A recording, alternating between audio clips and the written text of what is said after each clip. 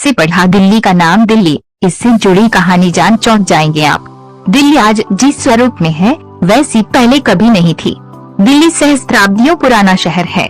हमारे पौराणिक गाथाओं में दिल्ली के प्राचीन नाम का उल्लेख है। दिल्ली के ही पुराने नाम इंद्रप्रस्थ को पांडवों की बसाई नगरी कहा जाता है, जो उनकी राजधानी थी। जाने दिल्ली के नाम से लेकर दिल्ली की खास बातें। दिल्ली का नाम दिल्ली कैसे पढ़ा, इसे जानने के लिए सदियों पीछे जाना होगा। ईसा पूर्व 50 में मौर्य राजा थे जिनका नाम था दिल्लु। उन्हें दिलु भी कहा जाता था। माना जाता है कि यहीं से अपभ्रंश होकर नाम दिल्ली पड़ गया। आगे है अलग कहानी।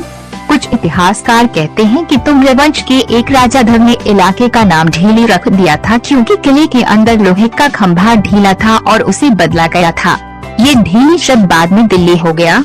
एक और तर्क यह है कि तुम्र वंश के दौरान जो सिक्के बनाए जाते थे उन्हें देहलीवाल कहा करते थे, इसी से दिल्ली नाम पड़ा। वहीं कुछ लोगों का मानना है कि इस शहर को 1000-1500 वर्ष पहले हिंदुस्तान की दहलीज माना था। दहलीज का अपभ्रंश दिल्ली हो गया। दावे मौर्य राजा दिल्लु को लेकर ही होते हैं। उनसे जुड़ी एक कहानी है। माना जाता है कि उनके सिंहासन की आगे एक कील ठोकी गई। कहा गया कि ये कील पाताल तक पहुंच गई है। आगे जाने कहानी।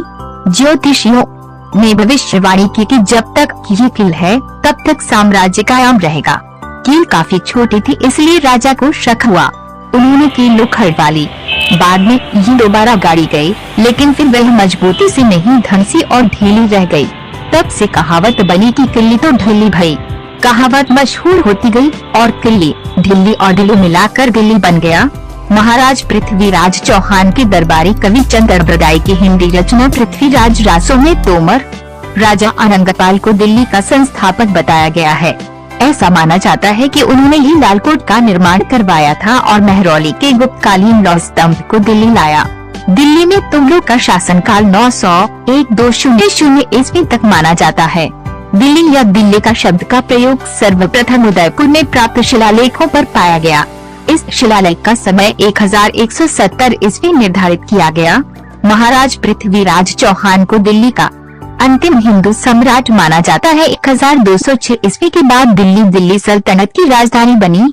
इस पर खिलजी वंश, तुगलक वंश, सैयद वंश और लोधी वंश समेत कुछ अन्य वंशों ने शासन किया। ऐसा माना जाता है कि आज की आधुनिक दिल्ली बनने से पहले दिल्ली 7 बार उजड़ी और विभिन्न स्थानों पर बसी, जिनके कुछ अवशेष आधुनिक दिल्ली में अब भी देखे जा सकते हैं।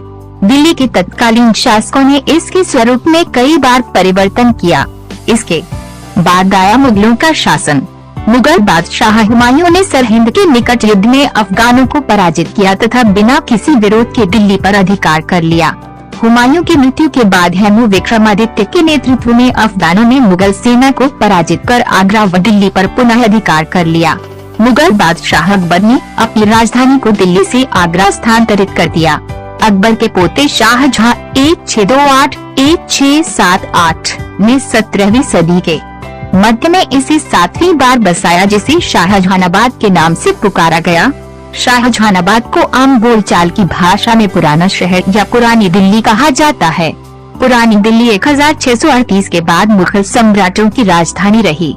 दिल्ली का आखिरी मुगल बादशाह बहादुर शाह जफर था, जिसकी मृत्यु निवारसन में ही रंगून में हुई। 1857 के सिपाही विद्रोह के बाद दिल्ली पर ब्रिटिश शासन के हुकूमत में शासन चलने लगा। 1857 के इस प्रथम भारतीय स्वतंत्रता संग्राम के आंदोलन को पूरी तरह दबाने के बाद अंग्रेजों ने बहादुर शाह जफर को रंगून भेज दिया तथा भारत पूरी तरह से अंग्रेजों के अधीन हो गया। प्रारंभ में उन्होंने कलकत्ते, आजकल कोलकाता, से शासन संभाला, परंतु ब्रिटिश शासन काल के अंतिम दिनों में पीटर महान के नेतृत्व में सोवियत रूस का प्रभाव भारतीय उपमहाद्वीप में तेजी से बढ़ने लगा, जिसके कारण अंग्रेजों को ये लगने लगा कि कलकत्ता, जो कि भारत के धुर पूरब में था, वहाँ से अफगानिस्तान एवं ईरान आदि पर सक्षम तरीके से आसानी से नियंत्रण नहीं स्थापित किया जा सकता है। आगे चलकर किसी कारण से 1911 में उपनिवेश राजधानी को दिल्ली स्थानांतरित कर दिया गया एवं अनेक आधुनिक निर्माण कार्य करवाए गए। सन 1947 में भारत की आजादी के बाद इसे आधिकारिक रूप से भारत की राजधानी घोषित कर दिया गया। दिल्ली में कई राजाओं के साम्राज्य के उदय तथा पतन के साक्ष्य आज भी विद्यमान हैं।